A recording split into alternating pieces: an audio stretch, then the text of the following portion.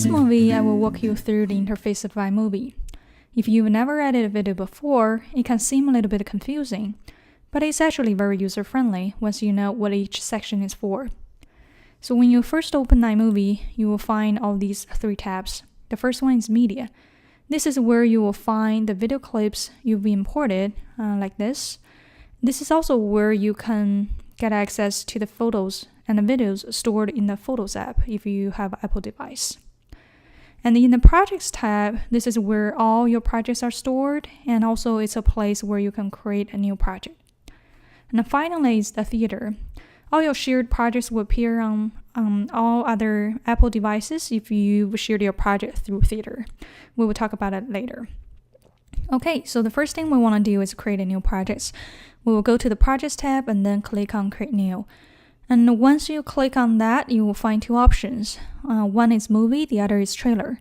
Basically, Trailer is a 1-minute template which allows you to quickly put together a trailer-like video. However, if you want the full control of your video, you should choose Movie instead. So we'll choose Movie.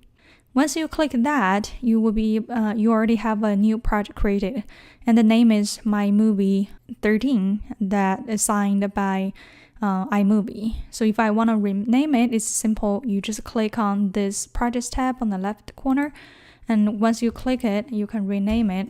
For example, I will call it Demo, and okay.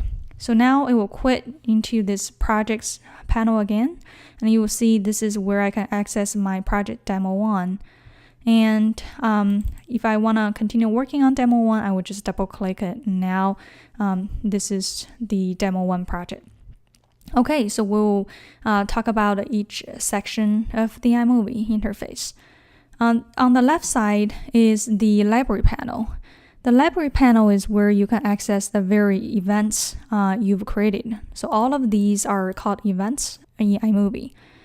An event basically is a collection of footage, usually based on the date and time the footage was shot.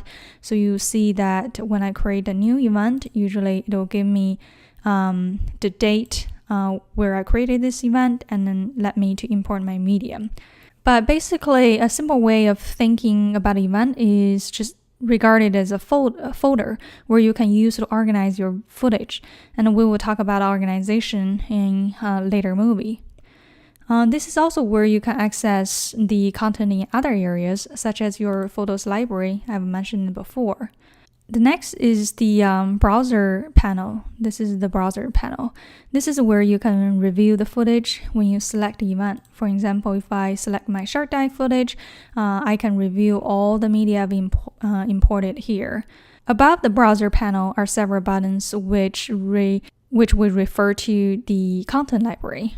So, for example, you can access different audios, the titles, backgrounds, and transitions. And we will talk about these later in the course. And here is the project timeline. And project timeline is where you assemble all the video clips, audio clips, transitions, titles, and all the other items that form your completed project. And finally is this viewer panel. And what do you see in here depends on what you're working on. For example, if I go to my media, I skim through my footage that I imported, you can see that the viewer panel is showing the footage that I'm skimming through. And if you're playing anything in your project timeline, then the viewer panel will show that later. For example, if I just drag it in my timeline, now I skim through it, you will see that it's playing project timeline. And above the viewer is a row of buttons for performing all sorts of adjustments to both video and audio clips. We'll definitely be looking more closely at each of these tools later in the course. And here there's a sharing button in the upper right-hand corner. This is where you will find several options for exporting your project once you are ready to share with others. More on that at the end of this course. And finally, I want to mention that in the File menu, you will see there's no Save button. This is because iMovie automatically saves any changes you make to the project. So you never have to worry about losing any edits if your Mac crash or the power go out. Okay, that's pretty much for the general overview of the iMovie interface. In the next couple of movies, I will go into a bit more detail about each of these areas and what they are for.